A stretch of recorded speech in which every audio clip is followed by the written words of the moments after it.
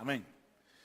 En esta tarde vamos a empezar una serie de enseñanzas que tienen que ver con el libro de Isaías. ¿Ok? No solo las voy a dar yo, sino que cada uno de los hermanos que expone, pues, irá exponiendo un capítulo a la vez. Lo que queremos hacer es que usted y yo aprendamos lo más que podamos de los principios que Dios nos revela a través de los profetas y a través de toda su palabra, lógicamente. Entonces, queremos abarcar el tiempo concreto, correcto, en el cual usted y yo podamos poner la atención debida a lo que estamos estudiando. Entonces, yo hoy voy a empezar con el capítulo 1. Tengo bastante material, no lo voy a dar todo posiblemente. Son 10 para las 7, queremos estar entre media hora y 40 minutos máximo, para que de esta manera pues podamos mantener la atención. Si yo no termino hoy y Dios me da vida, pues terminaremos el próximo sábado, ¿ok? Pero no queremos correr, dejar algunos pensamientos importantes sin tocar o extendernos tanto que usted ya pierda la concentración, ¿ok? Desde el miércoles hemos venido estudiando algunas cosas interesantes. El miércoles, los que pudimos asistir a la célula, fuimos retados en nuestra manera de pensar acerca de ciertas circunstancias, y ayer viernes pues no fue la excepción. Tocamos algunos temas bastante interesantes, y ya Milagro no pudo dormir bien, ni Luis. Estamos bien entonces, porque tienen que resolver algunas cositas, ellos, no yo, ¿verdad? Ellos tienen que resolverlas. Entonces vamos avanzando. O sea, ¿qué es lo que queremos? ¿Lo hemos hecho desde el principio? Claro que sí, ese ha sido el propósito, pero con muchísimo mayor énfasis queremos, es mi deseo, es mi anhelo, que usted sepa lo que usted cree y por qué usted lo cree. Si yo le preguntara, valga la redundancia, ciertas preguntas, o si yo le hiciera ciertas preguntas a usted en cuanto a su fe, ¿qué me respondería usted? ¿Lo que le enseñaron que usted cree o lo que la Biblia dice que usted debe creer? Todos me van a decir lo que la Biblia dice. Mentiras. Todos vamos a contestar de acuerdo a lo que nos enseñaron a creer. Por dos razones principales. Número uno, por vagancia. Porque nunca nos damos el tiempo para escudriñar lo que nos enseñan. Y número dos, porque nunca cuestionamos lo que nos enseñan. Creemos que el que se para aquí adelante, y porque dice, Dios me dijo, Dios me reveló, la unción del Señor está sobre mí, etcétera, etcétera, entonces yo no tengo derecho a decir, yo no pienso así, o a mí no me parece, o yo no lo entiendo así. ¿Ok? Entonces, como decimos nosotros popularmente, nos tragamos algo que se queda en nuestro cuerpo y alimenta nuestro espíritu, nuestra alma. Y cuando es comida buena, qué bueno. Pero cuando es comida rápida, qué difícil, ¿verdad? Porque entonces, cuando alguien nos presenta algo que reta nuestro pensamiento, nos es muy difícil aceptar que hay algo que yo he creído por 2, 3, 10, 20, 30 años, que creí que lo decía la Biblia, pero que en la forma que me lo están presentando no es lo que la Biblia dice. Entonces yo tengo un problema entre lo que creo y lo que realmente la palabra de Dios dice. Generalmente nosotros optamos por lo que creo y no por lo que la palabra de Dios dice. Y yo sé que estoy hablando un poco fuerte o directo, pero no es mi propósito ofenderle o señalar a ninguno en particular. Todos juntos. Es rectificar nuestra creencia cuando se necesite, y hay cosas que no van a necesitar rectificación, sino simplemente reforzarlas, ampliarlas y vivirlas, pero hay otras cosas que van a necesitar rectificación. Ayer en la apertura del Shabbat concluimos con una pregunta bien interesante, o dos preguntas bien interesantes. Lo primero es, ¿qué es salvación? ¿Se pierde la salvación o no se pierde? Y ahí terminamos.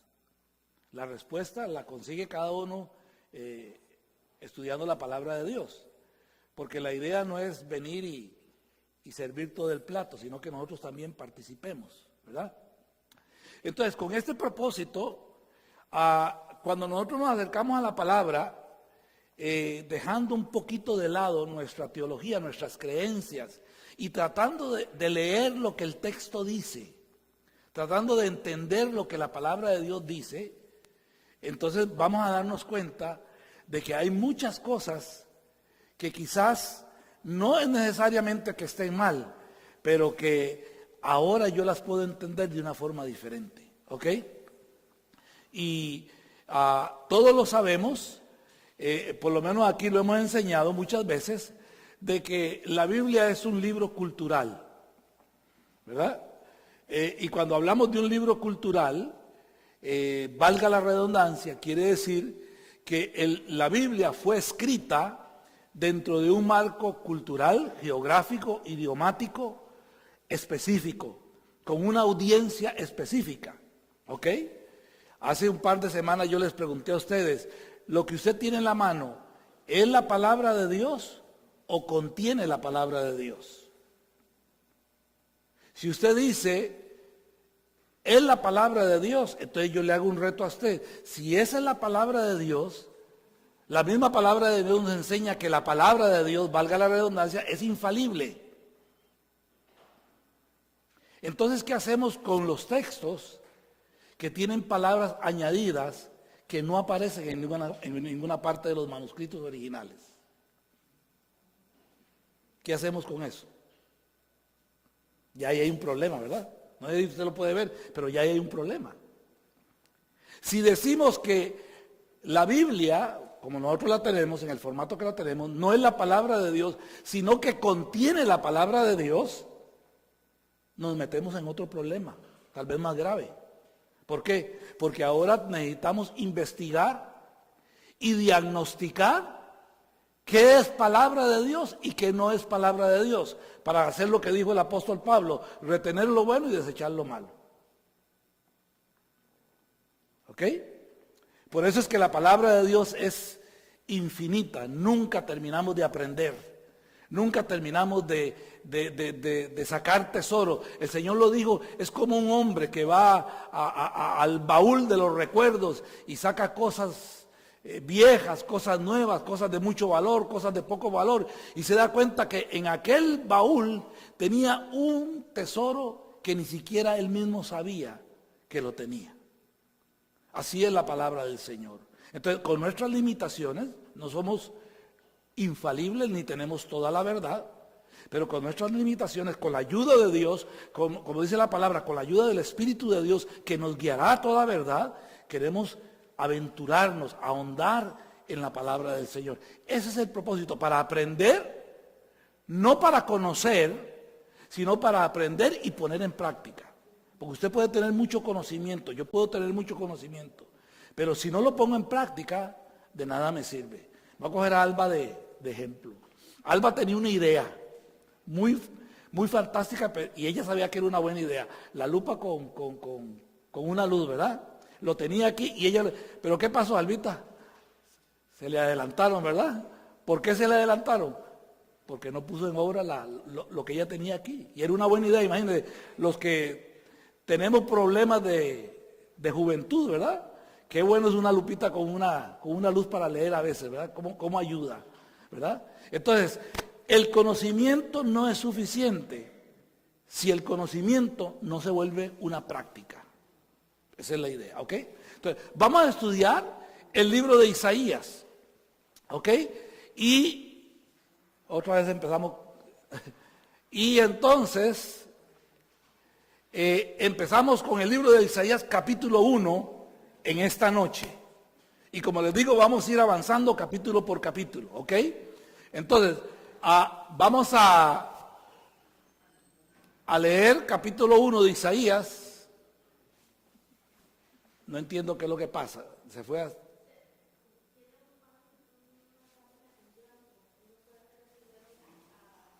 a... es la primera está en blanco. Ok, entonces déjemela ahí en blanco. ¿Ah? Ok, entonces yo leo del 1 al 7 que dice así: visión de Isaías, hijo de Amós, la cual vio acerca de Judá y Jerusalén en los días del rey Usías, Jotán, Acaz y Ezequías, reyes de Judá. Oíd cielos y escuchad tierra, porque habla Jehová. Crié hijos y los engrandecí, y ellos se rebelaron contra mí. El buey conoce a su dueño y el asno el pesebre de su señor.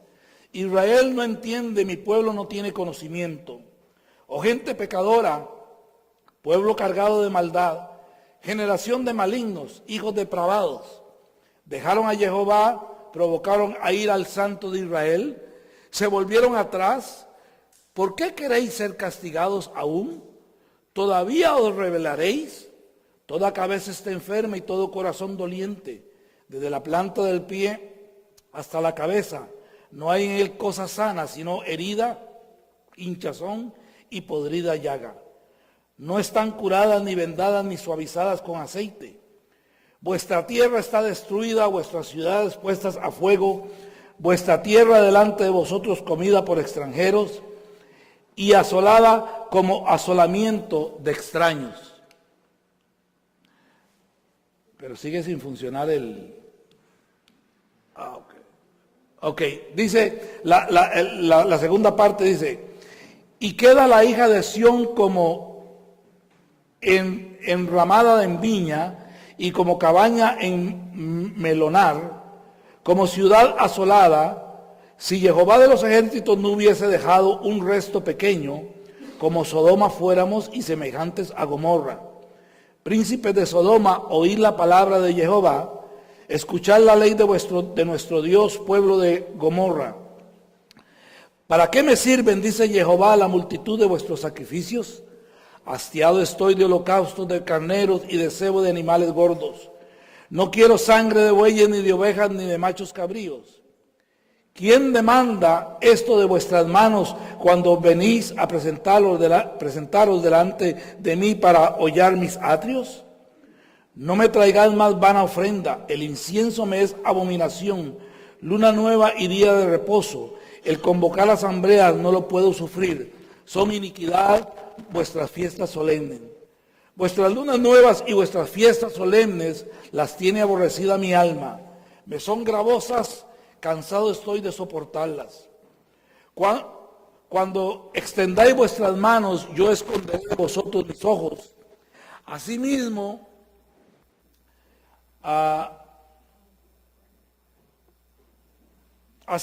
cuando multipliquéis la oración, yo no oiré, llenas están de sangre vuestras manos. Dice: lavaos y limpiaos, quitad la iniquidad de vuestras obras de delante de mis ojos. Dejad de hacer lo malo, aprended a hacer el bien, buscad el juicio, restituid al agraviado, haced justicia al huérfano, amparad a la viuda. Venid luego, dice Jehová, y estemos a cuentas. Si vuestros pecados fueren como la grana, como la nieve, serán emblanquecidos. Si fueren rojos como el carmesí, vendrán a ser blanca lana. Si queréis, si quisiereis y oyereis, comeréis del bien de la tierra, y si no quisiereis y fuereis rebelde, seréis consumidos a espada. Porque la boca de Jehová lo ha dicho. ¿Cómo te has convertido en ramera, oh ciudad fiel? Llena estuvo de justicia, en ella habitó la equidad, pero ahora los homicidas, tu plata se ha convertido en escoria, tu vino mezclado con agua. Bendito tú, Jehová, Dios nuestro, Rey del universo, nos has apartado con tus mandamientos y nos has dado tu Torá. Permite, Señor, que tu Torá, como ella misma dice, que es semilla, Señor, sea sembrada en tu Torá. Dice que el Mesías es el sembrador y la palabra es la semilla. Siémbrala, oh Dios, para que el fruto de nuestra vida sea tu Torá. Y así en todas las cosas que hagamos, digamos y anhelemos, traigamos honra, gloria y honor a tu nombre. Bendito eres tú, Jehová, que has dado tu Torá a tu pueblo Israel. Sigue diciendo la palabra: tus príncipes, predicadores y compañeros de ladrones, todos aman el soborno y van tras las recompensas, no hacen la justicia al huérfano, ni llega a ellos la causa de la viuda.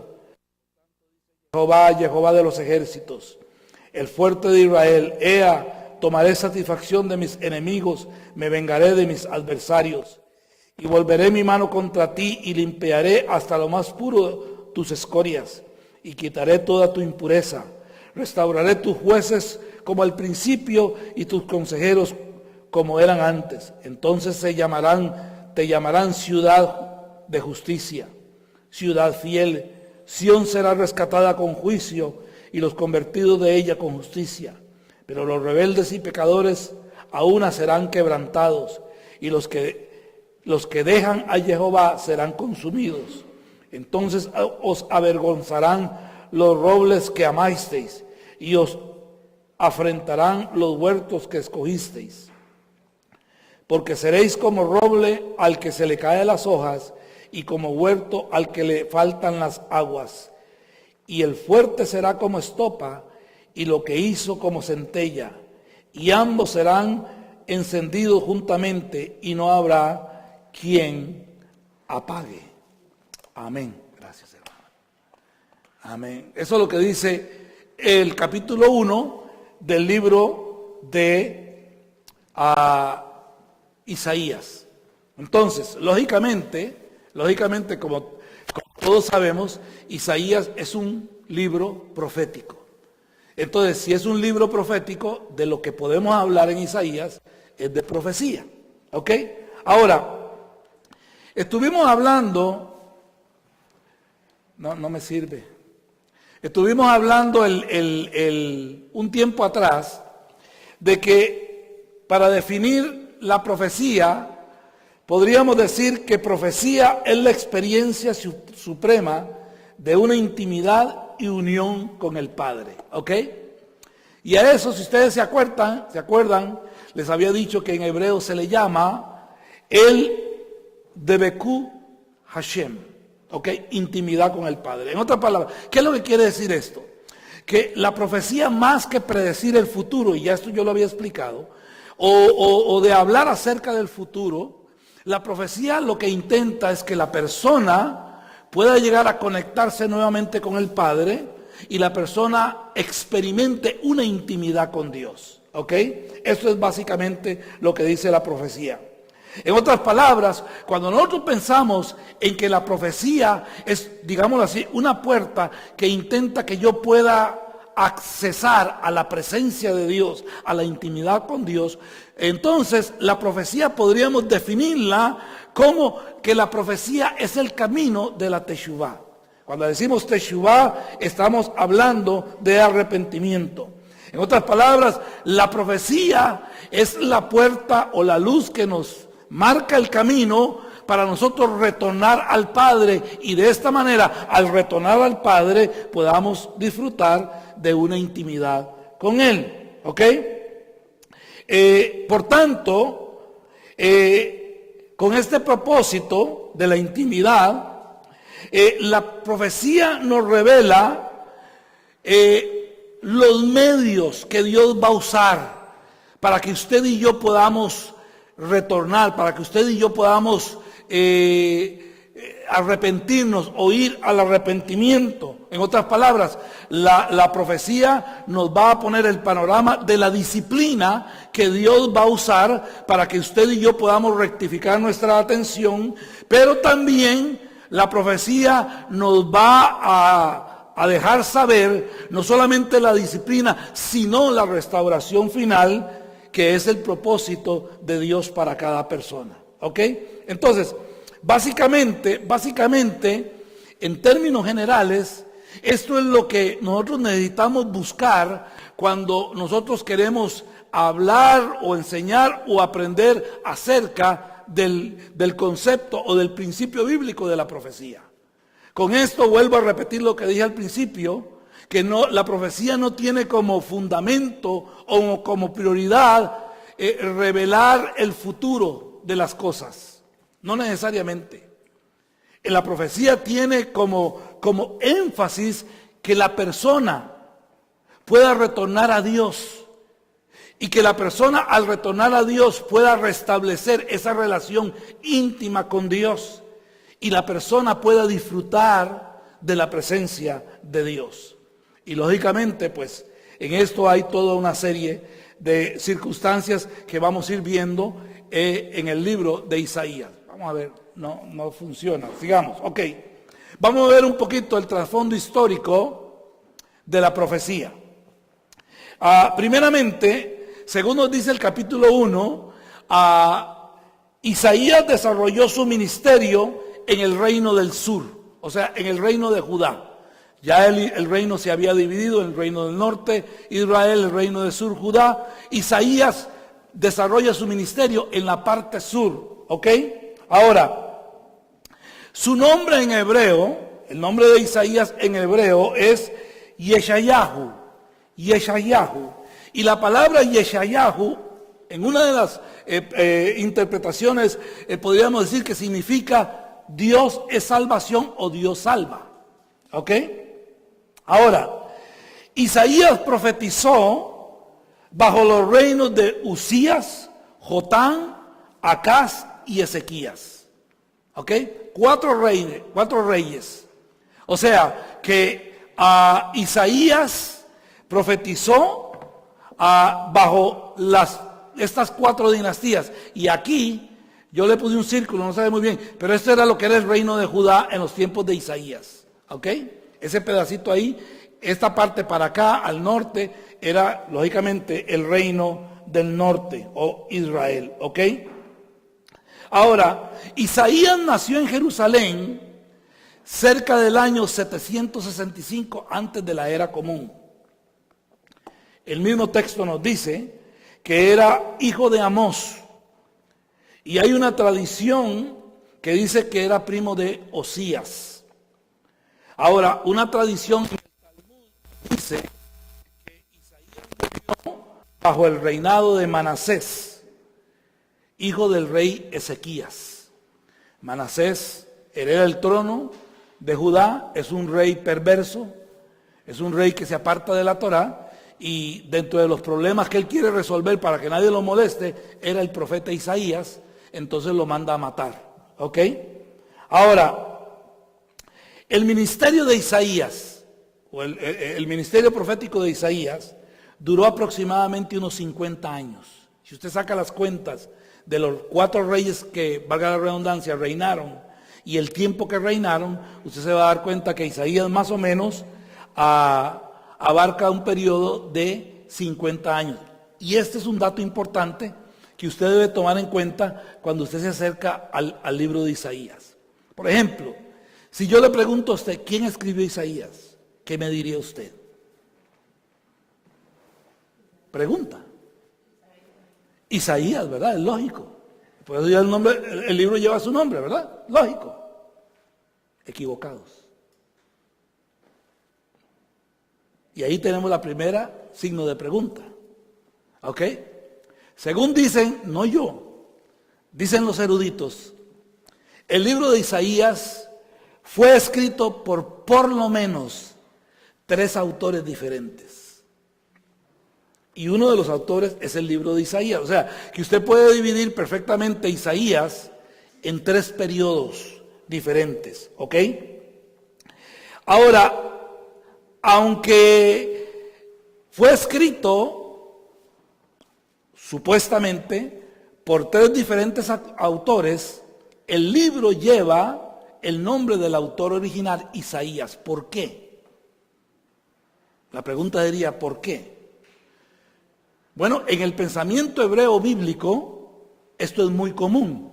Y yo les decía, no sé si aquí o en uno de los miércoles, algo así. Por ejemplo, si decimos que Moisés escribió los primeros 5 libros de la Biblia, ¿cómo es que Moisés escribió de su propia muerte?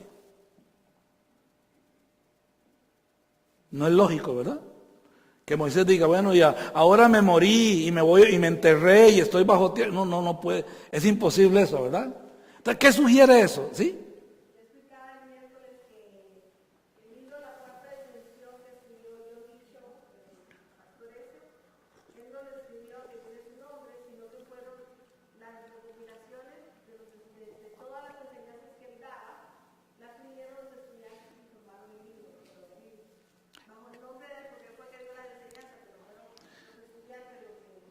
Exactamente. Esto en el pensamiento oriental es muy común. Y se hacía con el propósito de que lo que se estaba escribiendo tuviera un alto grado de autoridad. Por ejemplo, dentro de lo que llamamos libros apócrifos, hay uno que se llama el Evangelio de Abraham. ¿Por qué se le puso el Evangelio de Abraham? Porque este era un libro que circuló dentro de la comunidad judía. ¿Y quién más autoridad que Moisés o el mismo Abraham? Entonces, para darle carácter de autoridad al escrito, se le ponía el nombre de una autoridad, digámoslo así.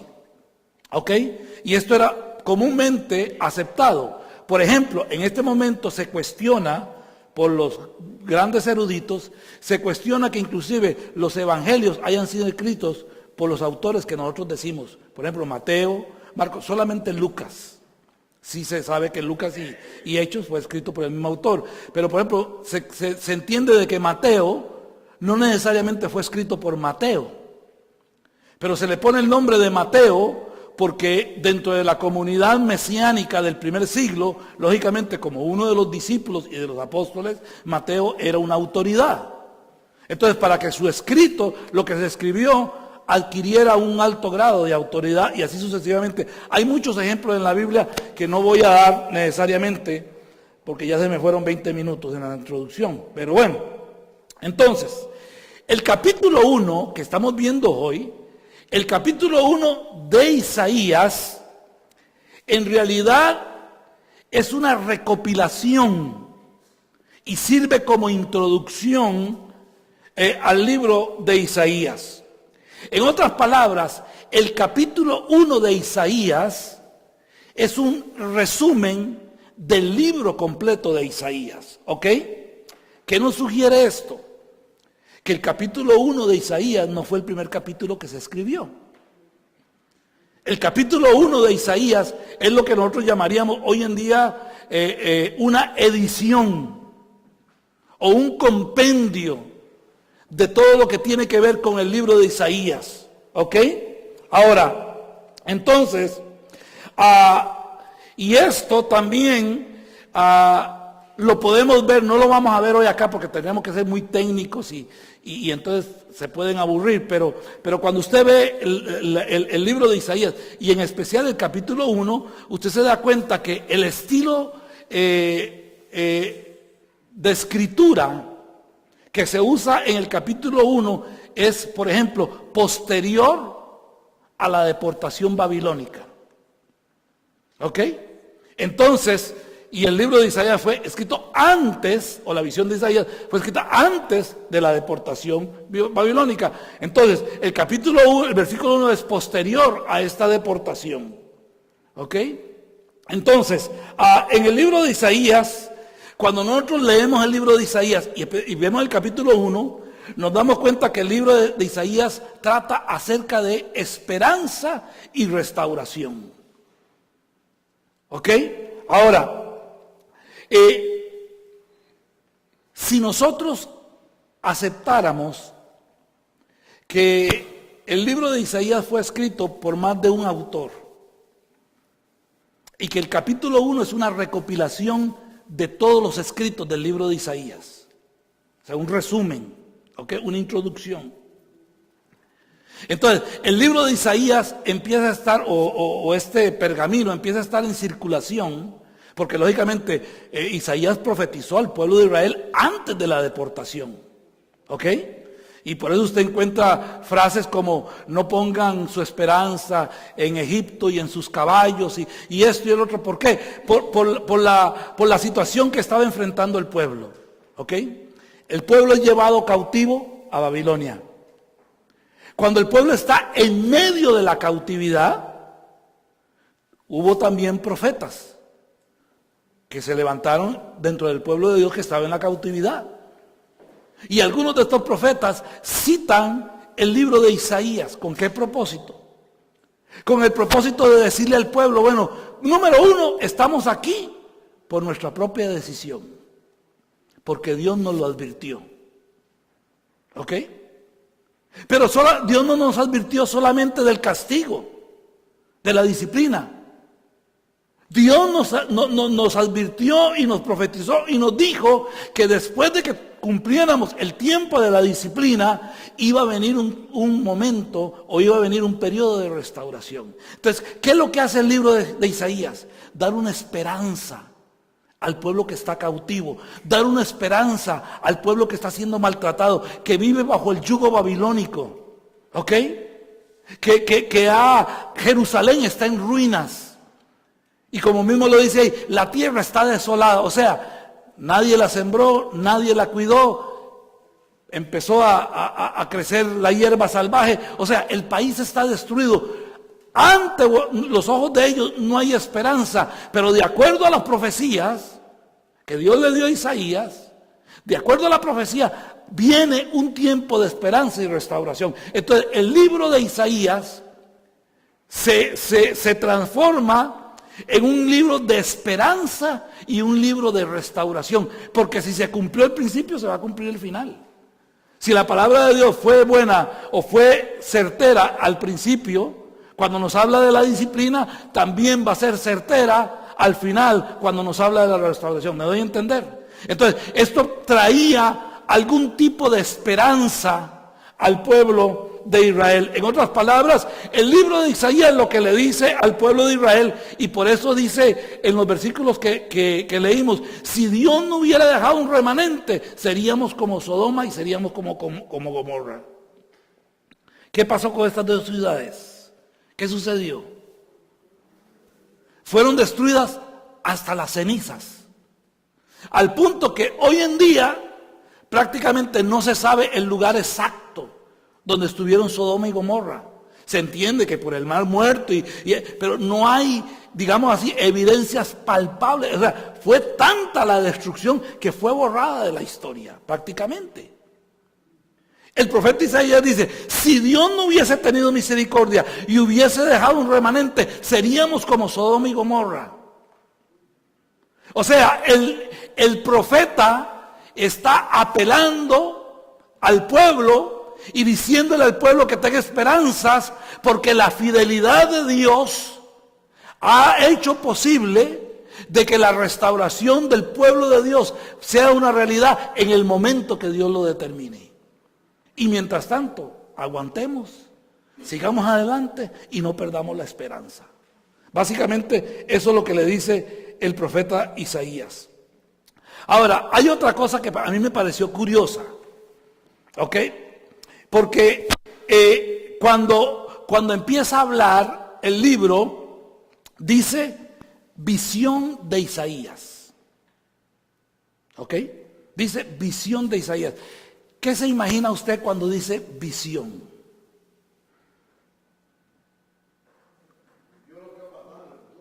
Vio lo que iba a pasar en el futuro. ¿Cómo lo vio? ¿Qué es una visión para usted?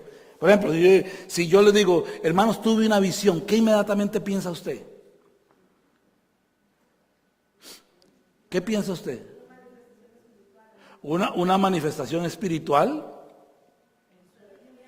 ¿En sueños? Okay, ¿ah?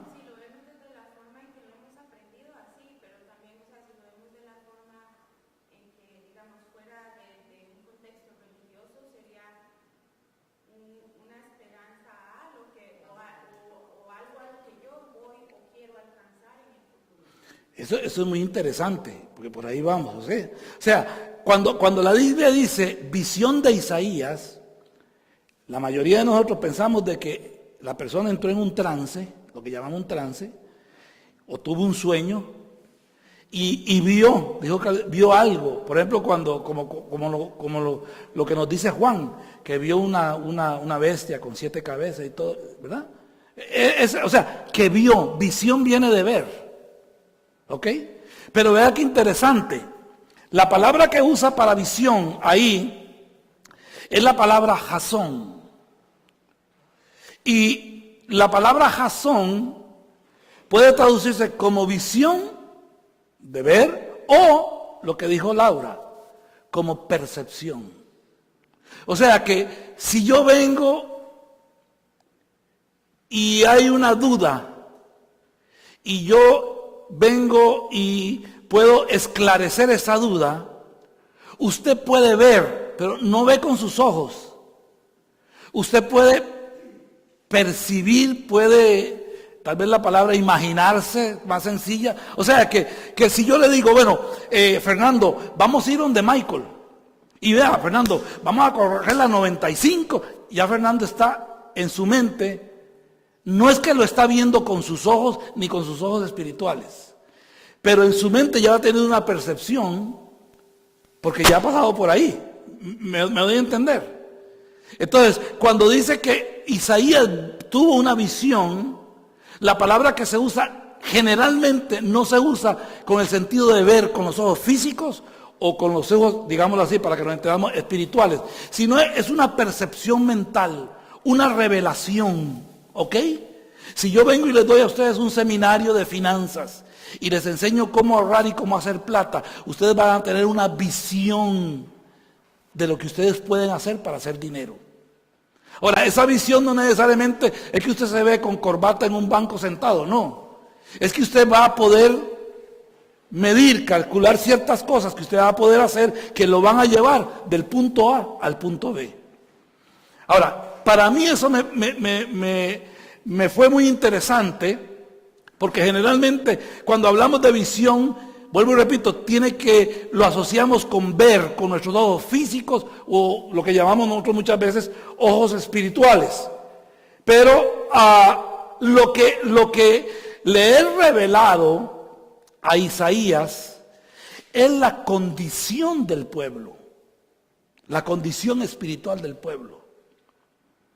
Y la condición espiritual del pueblo es tan vívida, la descripción es tan vívida que Dios le da a Isaías, que Isaías puede ponerlo en palabras que cualquier persona de su tiempo que las leyera podía entender de que Israel estaba en coma, estaba en cuidados intensivos.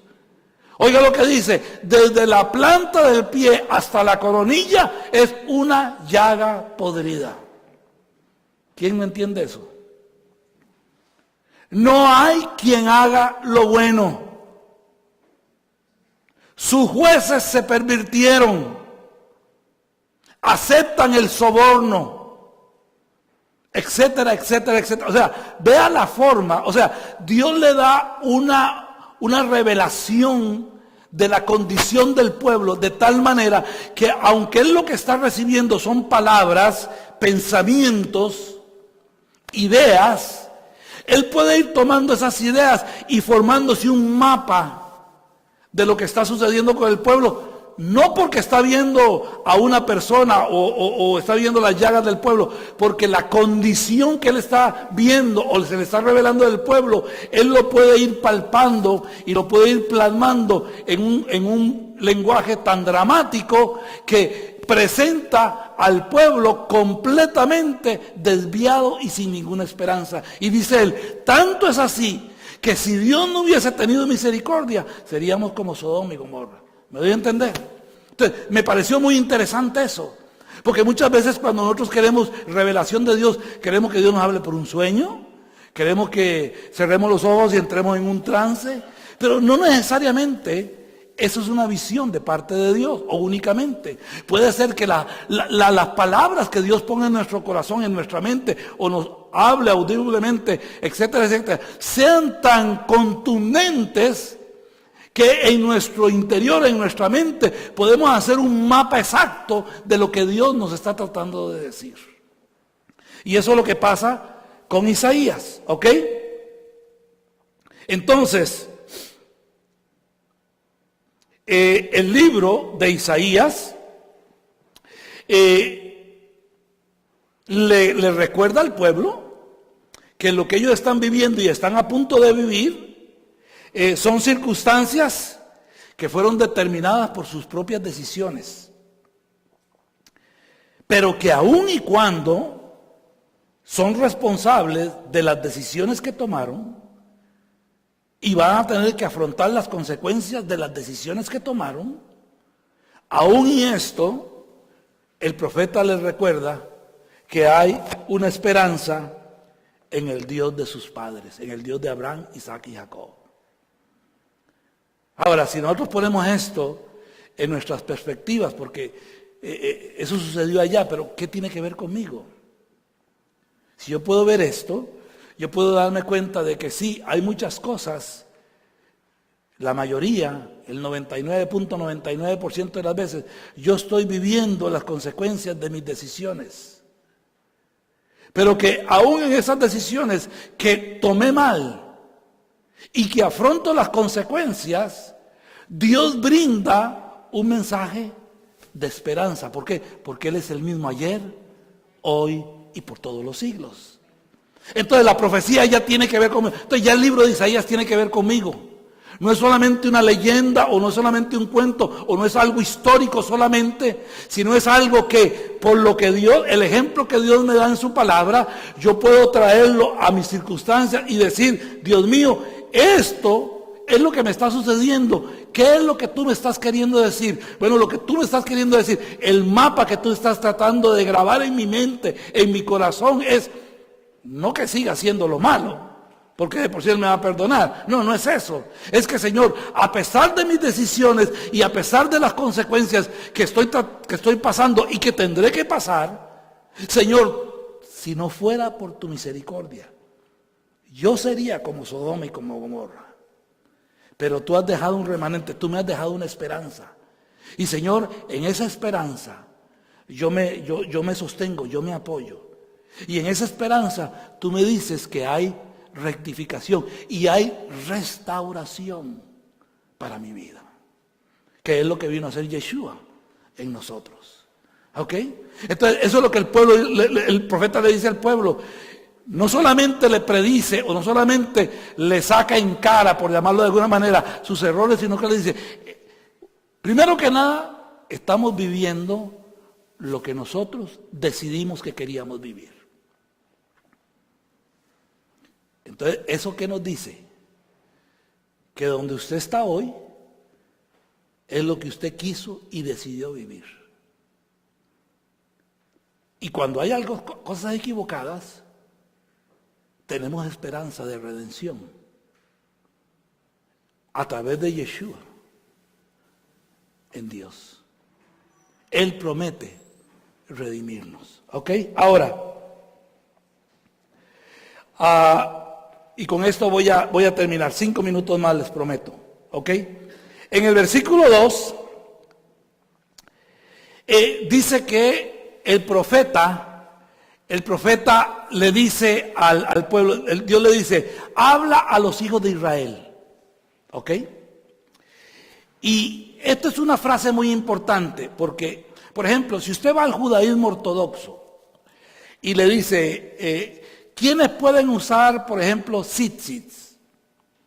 Bueno, el judaísmo ortodoxo le va a decir, los varones. ¿Por qué? Porque en Deuteronomio 15, 8, por ahí, dice, dile a los hijos de Israel. La palabra es banim, viene de ben, que significa hijo, masculino. Pero cuando esa misma palabra es usada en este contexto, y en el contexto, por ejemplo, como ejemplo nada más de los tzitzis, no está hablando a los varones, está hablando a toda la casa de Israel. Entonces, porque alguien podría decir, bueno, sí, es que hombres más malos, ¿verdad? Por eso están las mujeres y los niños. Pero no, eso no es lo que está diciendo el profeta. El profeta está hablando a toda la casa de Israel. Y lo que está diciéndole a la casa de Israel es que es toda la casa, Banim, es toda la casa de Israel que ha pecado. No hay uno que tenga excusa. Aún el mismo profeta ha pecado.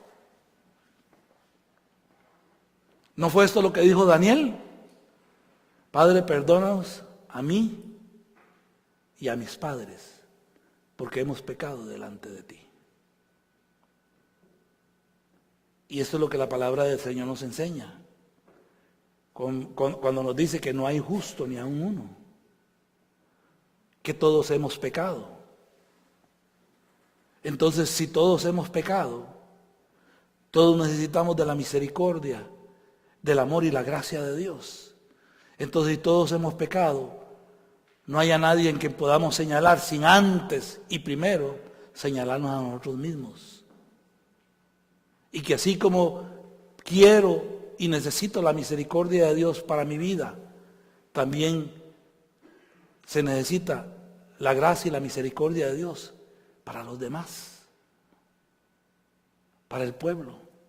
Dice, Señor, hemos pecado. Hemos pecado, Señor. Todo tu pueblo ha pecado.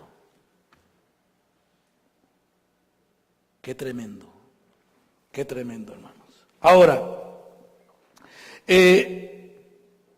cuando nosotros vemos la visión o el libro de Isaías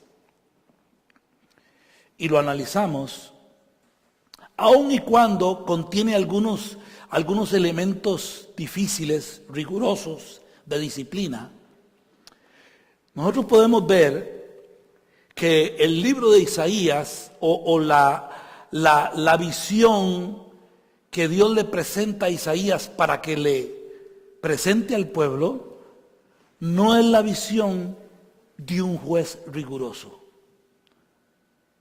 No es la visión de un juez condenatorio. No es la visión de un juez implacable que va por la letra de la ley y que no se desvía ni a la izquierda ni a su derecha, sino que la visión que presenta Isaías es la visión de Dios como un padre. Como un padre que, como la misma palabra nos dice, el padre que ama al hijo lo disciplina. O sea que lo que Isaías le está tratando, o Dios le está tratando de decir al pueblo por medio del profeta Isaías, al pueblo de Israel, tienen que tener esperanza, porque el propósito de Dios no es destruirnos. Dice la Biblia, en algún pasaje dice, porque Él no quiere que nadie se pierda, sino que todos procedan al arrepentimiento. En la mente de Dios, a pesar de su justicia, en la mente de Dios está la restauración del pueblo, está la restauración de la persona. Entonces, aunque Dios tiene que venir y hablar con el pueblo y decirle las consecuencias que van a tener en sus decisiones o en las decisiones que tomaron, porque el pueblo no quiere arrepentirse, Dios no se aproxima a ellos como aquel que trae el látigo y la ley en su mano para simplemente darle el golpe de gracia al que se encuentra moribundo, sino que más bien Dios se presenta como un padre. Los que somos padres aquí, si usted es un buen padre, ha disciplinado, no quiero decir que le ha pegado, ha disciplinado a su hijo en alguna vez. Y si no lo ha hecho, tome cartas para que sea un buen padre. Ahora, cuando tenemos que aplicar disciplina, uno no dice, ay, qué rico, que llore bastante, que le pique. No, uno no dice así, ¿verdad? Generalmente cuando un niño se cae, muchas veces uno le pega de los mismos nervios porque no sabe cuán grave es la situación, ¿verdad? Pero usted no le pega para que le duela más por majadero. No. Eso es lo que presenta Isaías. Un padre que ama al hijo, lo disciplina. ¿Ok? Y en esa disciplina hay una cuota de castigo, sí. Porque tiene que sufrir las consecuencias para que aprenda. Pero inmediatamente que el punto ha sido hecho, inmediatamente que la lección ha sido asimilada, viene la segunda parte del Padre, y es la restauración y el consuelo para el niño. O usted queda bravo el resto de su vida con su hijo porque se portó mal. Mire, no dura ni 3 minutos uno bravo. ¿No es cierto? Entonces, eso es lo que Isaías está presentando al pueblo, porque van a una situación grave. El exilio babilónico no fue cosa fácil. La disciplina fue fuerte, pero también la restauración fue maravillosa. Y esto es lo que Isaías tiene en mente. Voy a terminar aquí. La semana entrante, de todo esto vamos a analizar posiblemente 1 o 2 versículos nada más, porque es demasiado largo si analizamos versículo por versículo. Pero yo quiero que usted tenga en cuenta lo que hablamos hoy en esta tarde, si Dios nos da vida para estar aquí la semana entrante, ¿ok? Que el propósito de Isaías, del libro de Isaías, es la restauración, la esperanza, pero también la disciplina, o la disciplina, pero también la esperanza, ¿ok? Entonces, con esta mentalidad vamos a analizar el versículo 18. Ok, el versículo 18 dice, el Señor le dice, venid, dice Jehová, y estemos a cuentas. Si vuestros pecados fueren como la grana, como la nieve serán emblanquecidos. Y si fueren rojos como el carmesí, vendrán a ser como blanca lana. Ok, vamos a analizar varias palabras importantes de este versículo para reforzar la idea, el concepto de disciplina y restauración. Y entonces, si pudiéramos, por lo menos desde mi punto de vista, resumir el libro de Isaías, diríamos que el libro de Isaías, la profecía de Isaías, es un libro de disciplina y restauración. ¿Ok? Van de la mano. No puede ir una solamente ni otra solamente. Tienen que ir juntas de la mano. ¿Ok? No sé si hay alguna pregunta, algún comentario que quisieran hacer acerca de lo que hemos hablado esta tarde.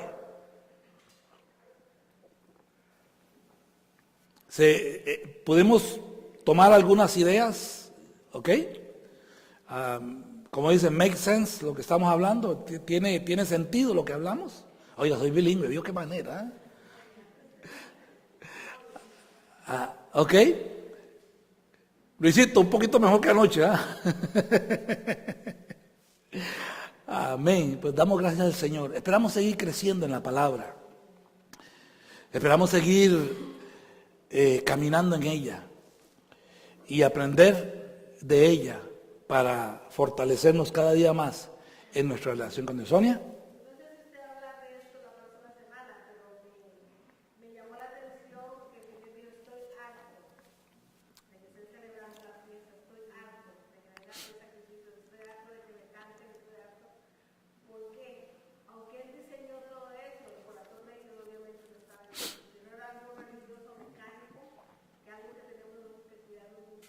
Correcto. Hablábamos ayer de que uno de los peligros que atentan contra la fe son las iglesias. Y ustedes dicen, ¿cómo es eso, pastor? Barájemelo más delicado. ¿Por qué? Porque hoy en día el concepto de iglesia que se vive es un concepto en el que yo llego a un lugar donde me entretienen. Entonces usted ve en las iglesias juegos de luces, música exquisita, los mejores, si hay dinero, los mejores que tocan ciertos instrumentos. O sea, hay todo un esquema para que la gente se sienta bien y se sienta atraída. Pero ¿sabe qué? Lo menos que se pretende es que la persona llegue con un corazón dispuesto. ¿Ok? Entonces, todo se vuelve un entretenimiento, las artes, la música, todo lo que se hace. Y entonces cuando voy a una iglesia pequeñita como esta, y decimos, no, es que los jóvenes se van porque no hay nada que les llame la atención. ¿Qué estoy queriendo decir? No hay nada que los entretenga, que los amarre. ¿Por qué? Porque su corazón no está listo, su corazón no está ahí. Cuando la gente se presentaba al templo, se presentaba no a ser entretenida, sino a ministrar delante de Dios. Por eso se traían sacrificios. La persona que traía el sacrificio no decía, bueno, voy a traer el sacrificio a ver cómo se quema, a ver si... No, traía un sacrificio de agradecimiento, con un corazón ya arrepentido delante de Dios, buscando la presencia de Dios. Pero nosotros venimos a ver qué coritos vamos a cantar hoy, a ver si me gusta el ritmo o si no me gusta. Si la predicación me gusta o no me gusta. Si esto hay o si no hay. O sea, vengo a que me entretengan. Y no vengo a ministrar el corazón de Dios. Cada vez que nos reunamos, venga con el propósito de ministrar el corazón de Dios.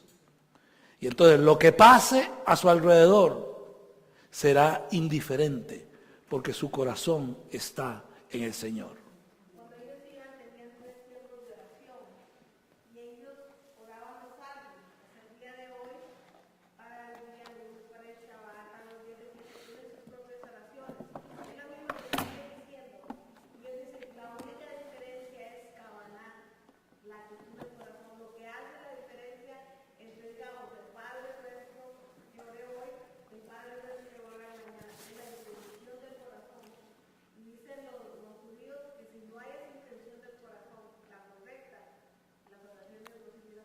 Exactamente, no es un pecado en sí mismo tener buena música o esto, ese no es el punto, ¿ok?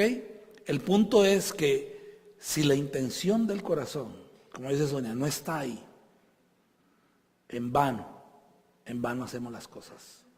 Si usted no viene aquí con la intención verdaderamente de ministrar, no de encontrar la presencia de Dios, no de sentir la presencia de Dios, de ministrar la presencia de Dios con sus cánticos, con su actitud, con la devoción de su corazón.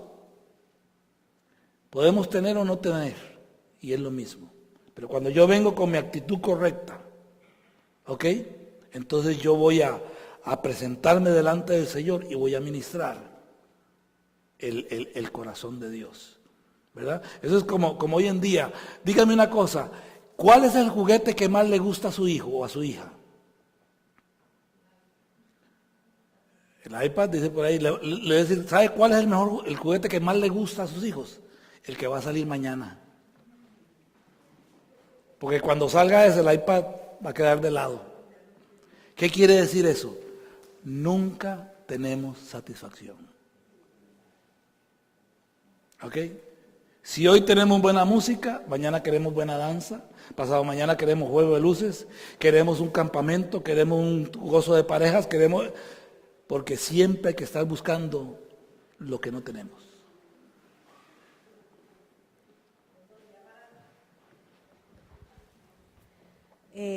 Anoche compartía con ellos, y tengo que compartir otro ahora con usted, que estaban viendo la forma en que las iglesias, especialmente las pentecostales, están ministrando supuestamente la presencia de Dios, y las iglesias llenas. Y les mostré a uno la unción del chicle, que el Señor escupe en una caja donde hay chicles y le reparte. Esto es palabra de Dios para que usted se sane, confíe, yo sé lo que estoy haciendo. Después el hermano, la unción del bombero, porque les tira agua con una botella y empiezan con una frenesí a dar vueltas y a tener supuestamente que aprender esa presencia de Dios dentro de ellos. Y después trae una manguera y la baña a todos. Después del zapato, después de la patada, el karate. Y sí. ¿Sí?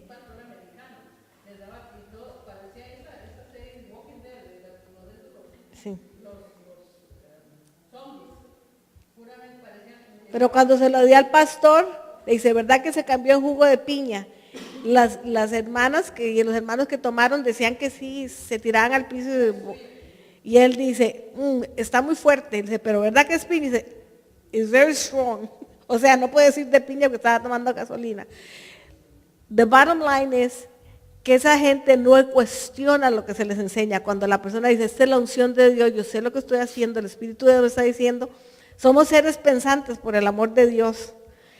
Y entonces están llenas esas iglesias.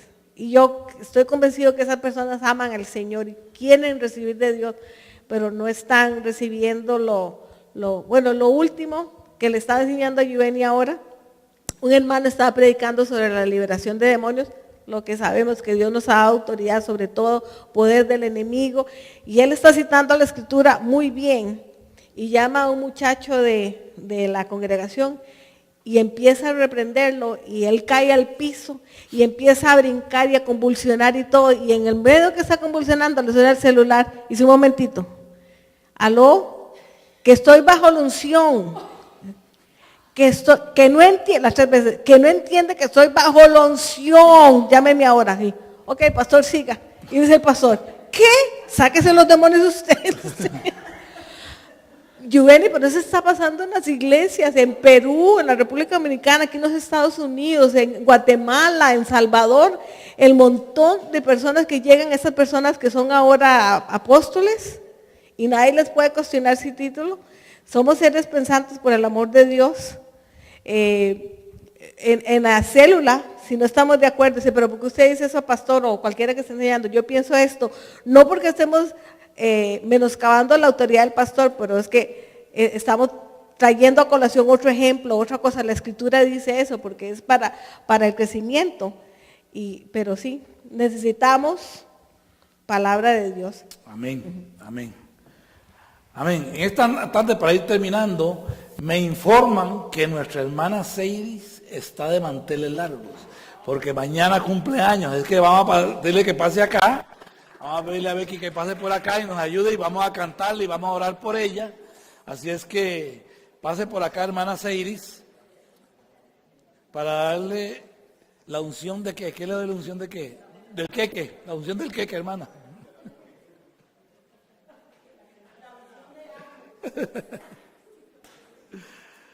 Así es que vamos a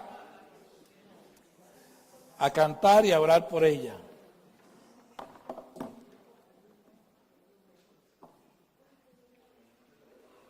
Damos gracias a Dios por nuestra hermana Seiris, por su vida, porque el Señor nos ha permitido tenerla acá este tiempo y porque es parte de nuestra familia acá, ¿verdad?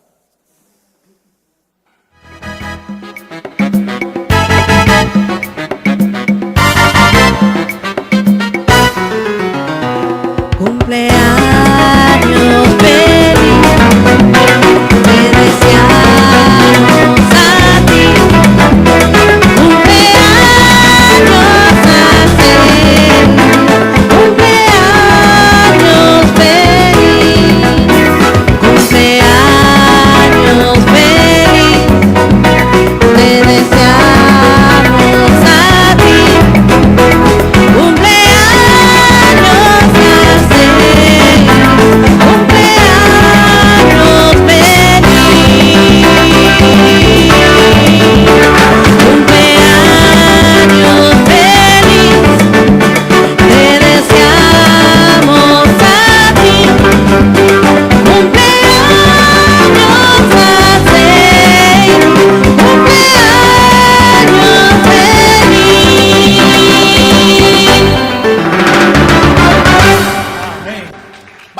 Padre, te damos gracias y te bendecimos por la vida de nuestra hermana Seiris.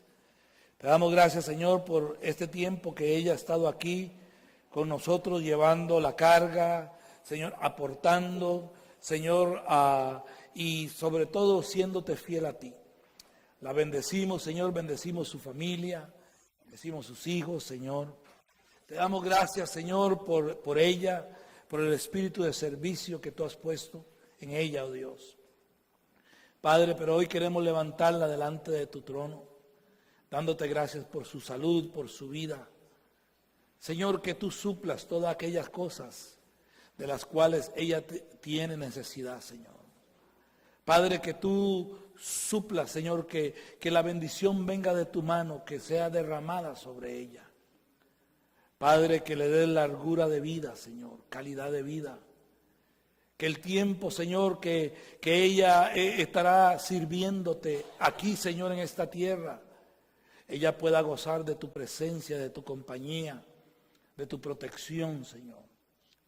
Padre, la bendecimos y te damos gracias. La bendecimos, Señor, porque tú has sido fiel con ella. La bendecimos, Señor, en esta tarde, juntos todos los hermanos de esta congregación, Señor. Alzamos nuestra voz y nuestras manos a ti, alabándote y glorificándote por tu bendición sobre ella. En Yeshua el Mesías. Amén y amén. Gloria a Dios. No sé si quiere decir algo, hermana. Yo voy sin micrófono. No, para darles gracias a todos, muchas gracias porque para mí es una bendición también y espero en el Señor seguir más adelante sirviéndoles también. Amén. Gloria al Señor. Amén. Dios me lo bendiga. Amén. Gloria a Dios.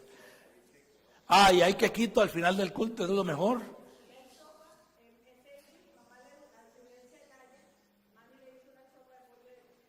Ok, entonces tenemos comida después del culto, gloria a Dios. Entonces apurémonos a despedirnos. Nos despedimos en esta tarde dándole gracias al Señor como lo hacemos siempre, declarando el nombre santo del Señor sobre nuestras vidas, sobre nuestras familias, entendiendo que la palabra del Señor es la que tiene el poder y la bendición. Yevarejeja Jehová Beishmereja, Yael Jehová Panay Beleja Bijuneja, Isa Jehová Panay Beleja, Beyasen Leja Shalom. Pasanu et Shami al Bene Israel Baani Abalhem, Bishen Yeshua Saha Shalom. Jehová el que existe se arrodillará delante de ti trayéndote regalos y te guardará con una cerca de protección. Jehová el que existe reflejará la totalidad de su presencia hacia ti, trayendo orden y proveyéndote de amor, sustento y amistad. Jehová el que existe levantará la totalidad de su ser hacia ti, te considerará y establecerá la provisión de todo lo necesario para llenar todas las áreas de tu vida y estar completo. Y pondrá mi nombre sobre los hijos de Israel y yo los bendeciré. En el nombre de Yeshua, príncipe de paz. Amén y amén.